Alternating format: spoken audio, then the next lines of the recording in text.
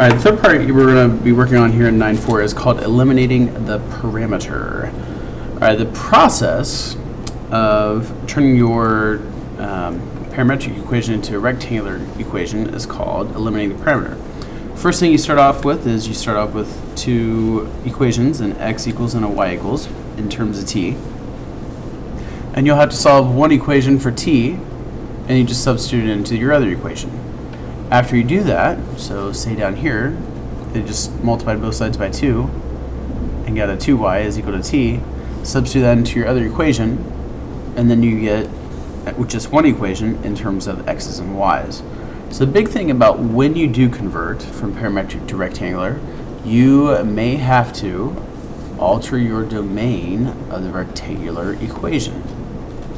That way its graph can match the graph of your parametric equation. So if we look at our first example, example 3 here, we need to sketch this curve represented by these equations. So we have one equation is x equals 1 over radical t, and your other equation, y equals 2t squared.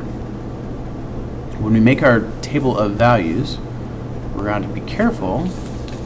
Let's see, we're going to make a few columns here. So we're going to make our t column, our x column,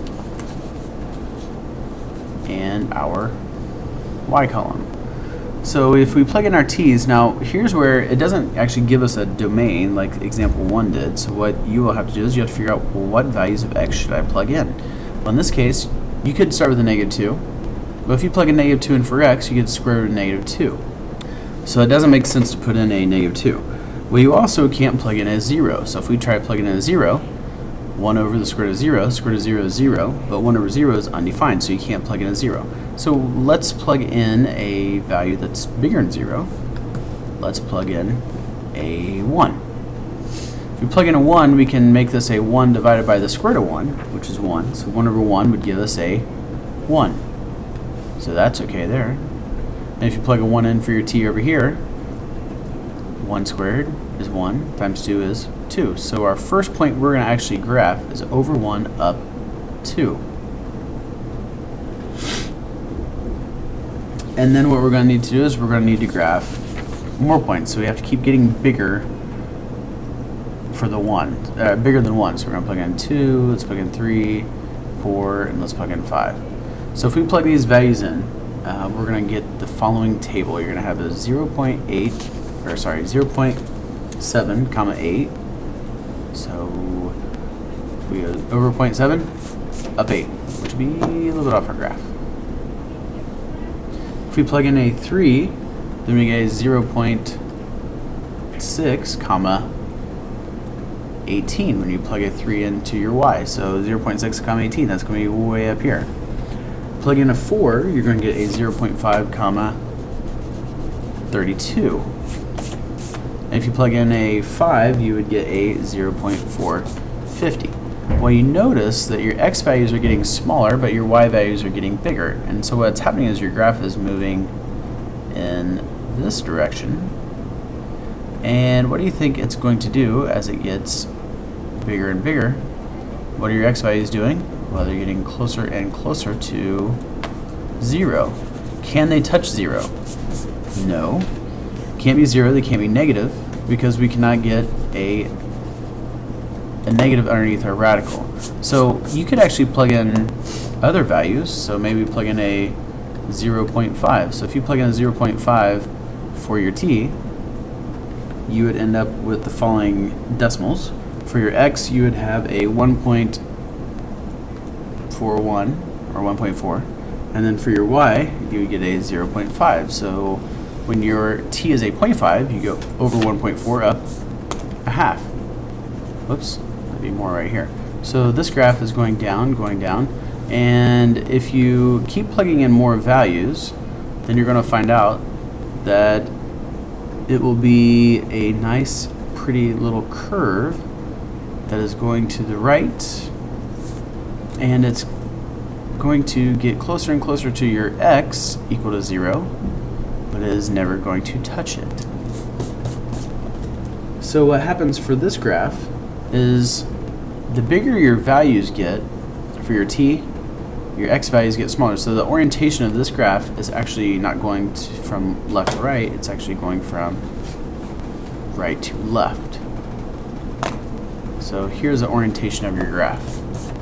And that is your curve represented by these equations. Now, what we should do is we should double check our our rectangular equation. So if we were to solve one of these equations here for t, I think it's going to be easiest if we solve the first one here.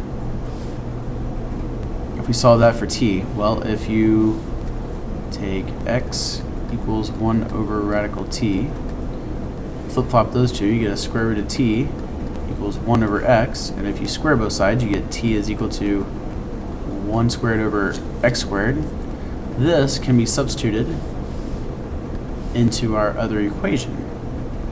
This gets substituted in for t right here, and what you would get once you do that is you will end up with y equals 2 times, let me undo that here, 2 times a 1 over x squared squared, which gives you 2 over x to the 4th. If you plot this on your calculator, now we have to go back to rectangular mode, or our function mode, not our parametric mode. If you type this into your function, you're going to get a pretty little graph. Whoops, didn't undo that. Let's go here. Let's type in 2 divided by x to the 4th. To the 4th. And we get our graph. Now what you're going to notice is you're going to notice that there's actually going to be a left and a right side, but we can't include this part of our graph because according to our t values, we know that our t values have to be bigger than 1. So even though rectangularly there's a graph over here, we cannot include that part of our graph. So you have to adjust your domain so that you can stay true to your t values. So don't just substitute, when you're doing these problems, don't just solve one equation, plug it into the other one, and eliminate your parameter first and plot this graph first. You need to actually do your t, x, and y tables to help you draw your graph, and then figure out your orientation. Then once you are done with that, you can solve one equation, solve for x or y, and plug it into the other equation, and double check your work. But keep in mind, you must have a limit on your domains.